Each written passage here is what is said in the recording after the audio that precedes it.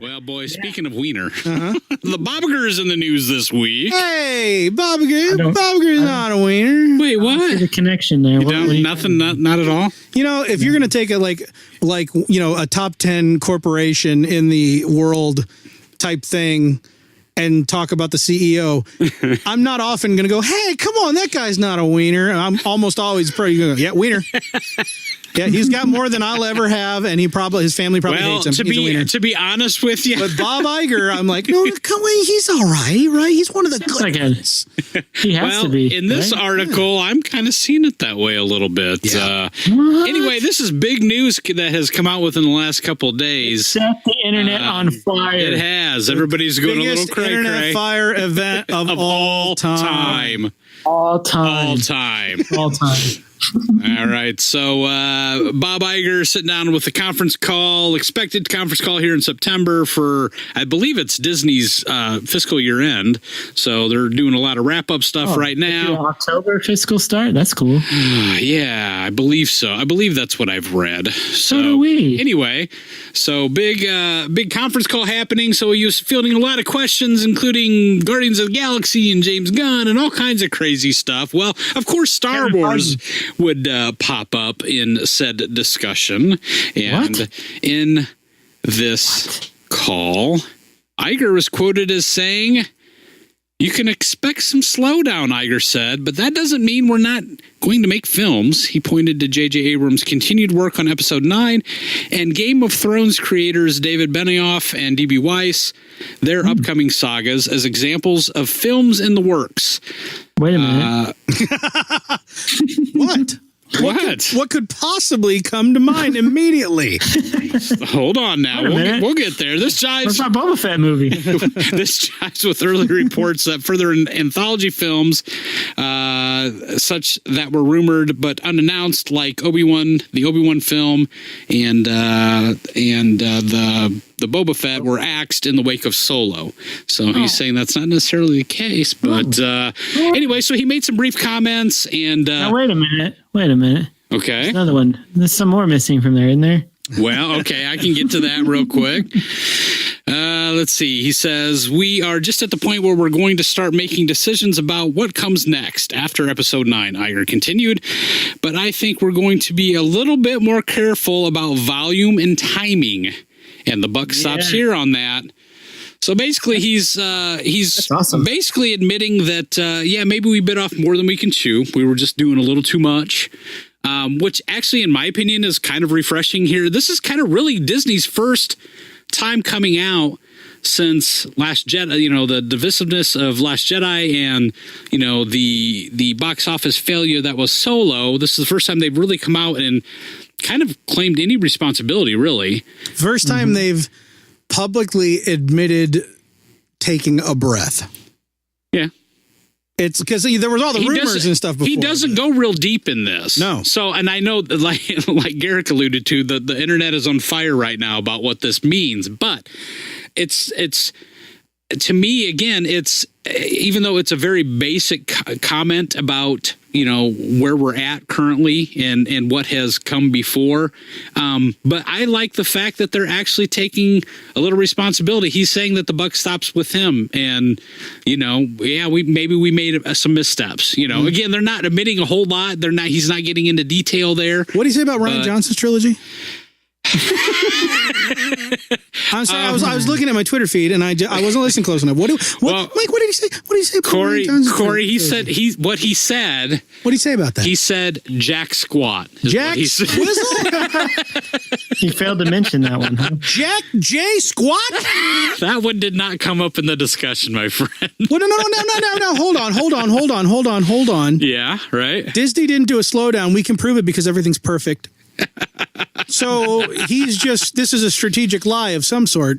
So clearly him not talking about Rian Johnson's trilogy actually confirms it because it's the most secret one. There, right? Yeah. I mean, well, didn't RJ? He gave us a little fist bump on Twitter, so it's all good. Thank God we've retconned and headcanoned that back into the safe spaces that apparently all of the sycophant fans Not all of the fans, the sycophant fans. So let's be honest about this. So just because he omitted comments about RJ and his trilogy from this does not necessarily mean that it's nixed. But that said, I think it's very telling, in my opinion, that he only mentions two things. He mentions episode 9, which everybody knew, and he mentions the Game of Thrones guys. I mean, he mentions specifically these two. Called out the ones that I'm the most interested in. Honestly, me too. Yeah. And so very interesting. He didn't even, now let's be careful too, because he also didn't talk about Jon Favreau's TV series. Okay. So, if we're going to jump all over RJ. Shut up, Mike. I think I'm spinning this narrative the way that makes me laugh the hardest. I think the way he was answering the question, he was focused more on the movies rather than. Yeah, that's also true. So shut up, Mike. Because nothing's slowing down. Star Wars isn't just the movies. Well, no, I think they were pretty specific in saying that they were going to slow down. But he is specific about the movies. Yes, they're talking movies here. They're talking. Basically, what I'm taking away from this is we're not going to get Star Wars every 12 months. Which, overwhelmingly, or every 6 months. Most of the people that I've seen on Twitter and, the usual suspects have been like, that's fine. Doesn't have to be every 6 months or 12 months. I kind of agree, but I also don't think that having a movie a year is the problem. Of course, a lot of the people are going, well, look at Marvel. They put out like 3 to 5 movies a year, and none of them catch as much hate, other than Thor 2, as... It was a horrible movie. It's just, I don't know. I mean, you can't help but compare Star Wars to Marvel. And what the MCU has done. Although I will say that it's easier to break different kinds of superheroes into different genre feels than it is Star Wars movies. Because there's fewer characters. Yeah. I mean, this is not as easy to do. A superhero movie can feel like anything because as long as you can identify with what's going on, like, okay, this takes place on a trash planet run by Jeff Goldblum. Got it.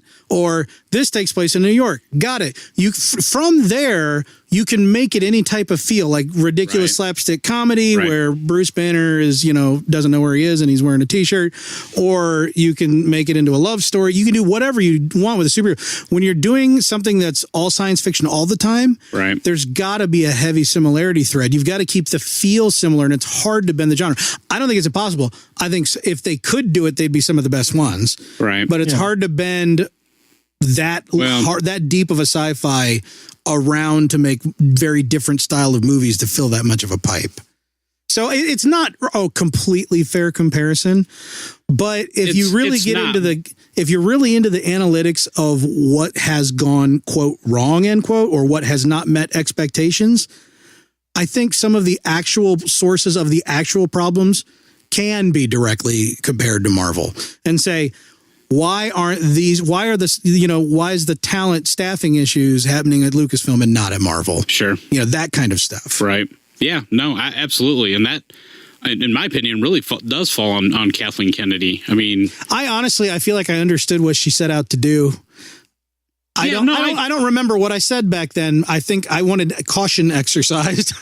But finding, she was trying to find the people that she knew in the 70s. She was trying to find Spielberg and all those guys who came and all these dudes that through the 70s and 80s had just absolutely dominated with all of these crazy different, genre adventures. You mean she was trying to recreate that right, by using today's talent. Bringing in young guys with fresh new ideas and that type of thing. But back then you still had to prove yourself. Right. Now everybody is their own freaking expert on everything. So I am.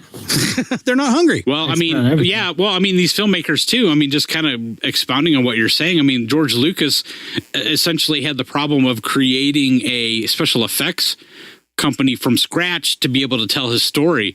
None of these guys have to do that now. They just have to write a story. Yeah. All that stuff's done on the back end. They're not bankrolling the film. No. Yeah. So, right. So, yeah, it's interesting. It's like, here, come and live in the Richie Rich mansion, but also I want you to be the best assembly line worker ever. It's like, well, why should I? Get to live in the Richie Rich mansion. Well, I mean, I understand that hindsight is always 20/20, and again, that's what she was going for. But I get it seems like in retrospect now that maybe the better approach would have been to start off with guys like Ron Howard, and then have those guys mentor to get the saga off the ground. I mean, granted, they didn't. They might not feel like they had them, but like even Francis Ford Coppola was like, everybody's uncle in that group back in the 70s. I mean, George Lucas cut his teeth under his wing.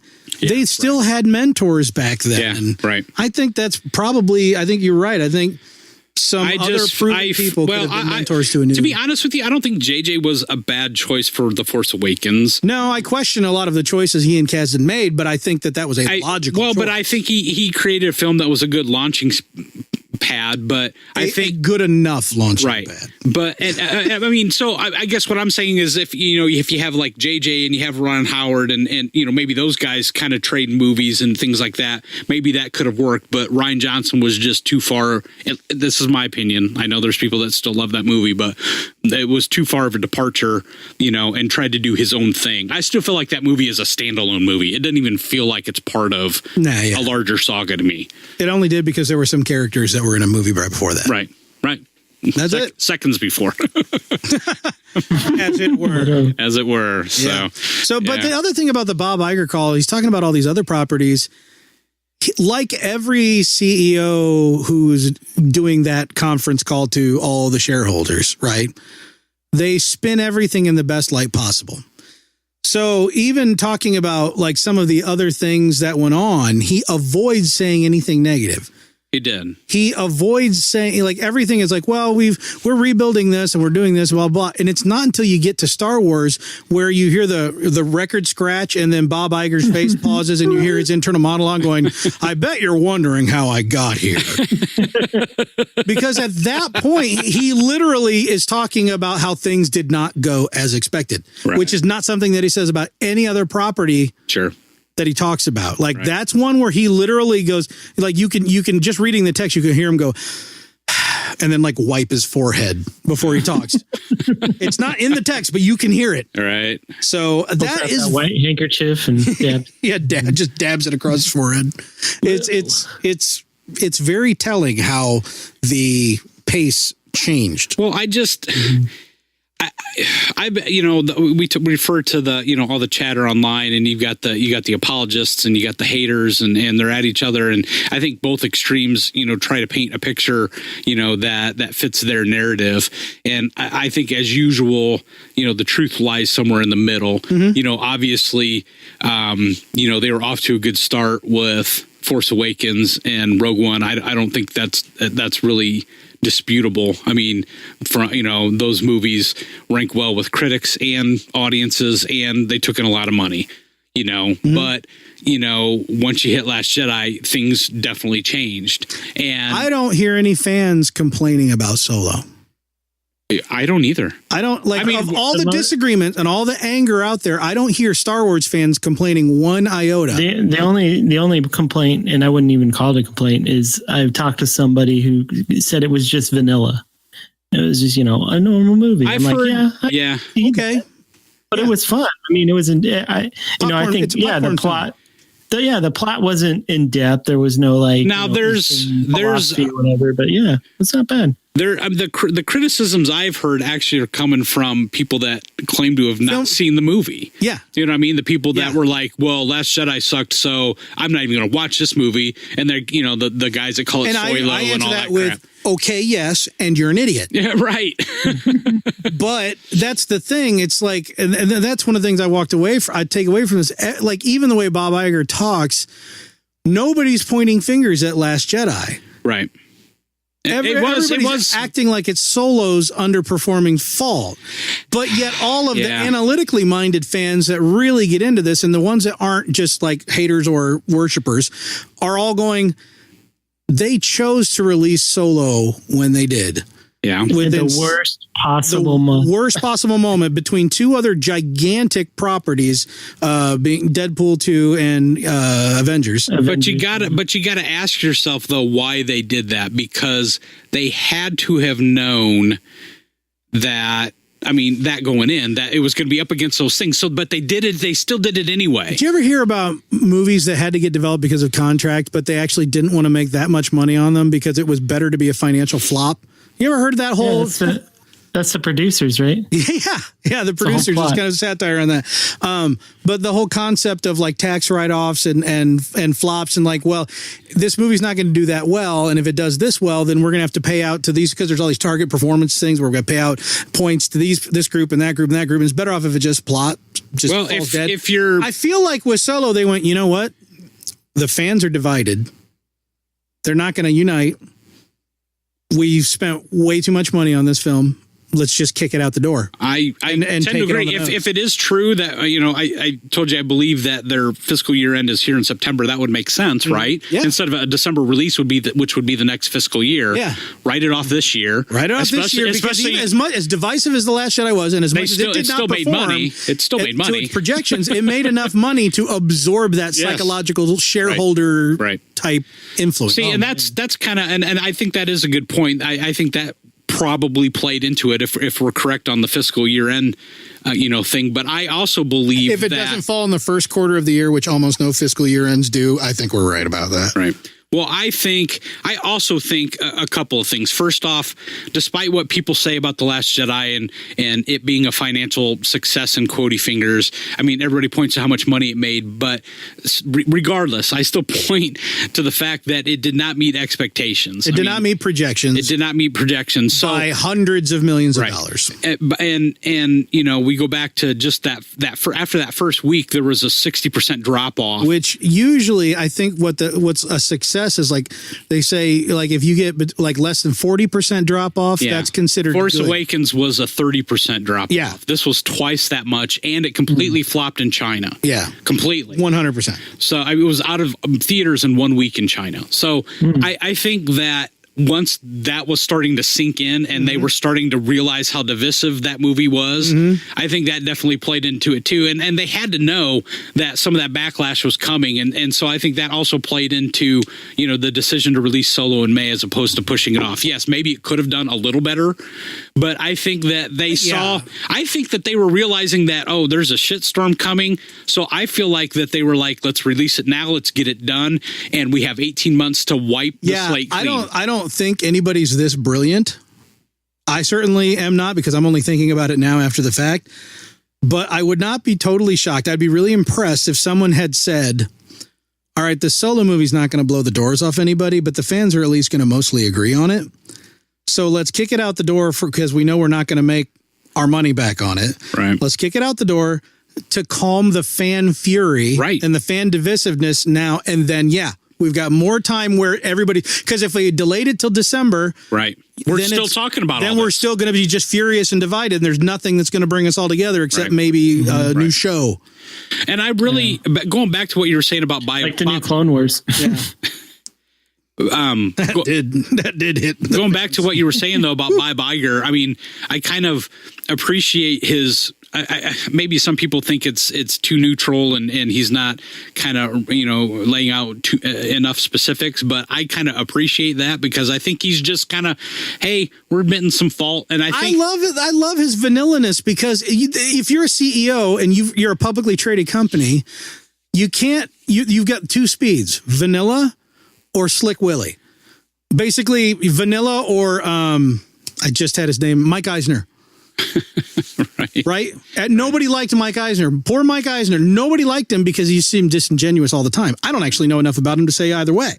But he seemed that way. He had that Slick Willie projection. Right. All right. Same position. Right. That Bob Iger has now. I'll take Bob Iger vanilla because I feel like you get just a little more honesty because he's tempering all of it. Well, I think that's a good word, is tempering, because I feel like this press release this week threw a bone to the people that have had, a problem with Last Jedi and didn't like Solo and all that stuff. I feel like they're kind of sated because they're like, okay, Disney is finally admitting that they're listening to us. Like our voice is being heard at least at some level. Yeah. But he's not throwing people under the bus either. Nope. Like he's not throwing Kathleen Kennedy under the bus. He's not throwing RJ under the bus. He's not blaming Last Jedi. He's not doing any of that, which I think is appreciative of the apologists. The people on the other side. And also, if you get too negative, at some point, when you're guys, let me talk from experience. When the CEO of a major organization, a major corporation, I'm the source on this, so you can trust it.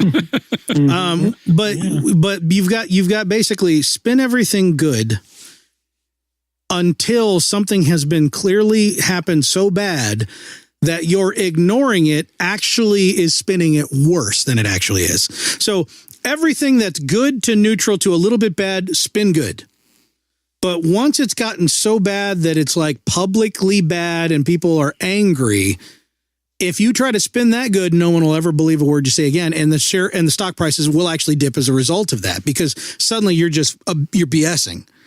So it was the exact right move to acknowledge it, because whether or not it's been the biggest flop that Disney's done this year or whatever, doesn't matter.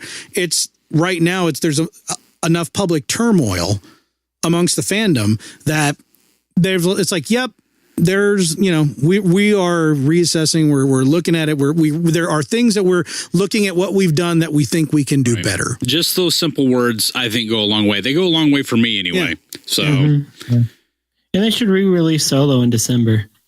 Just because. I want a double feature. I want Solo and then Mary Poppins Returns right there.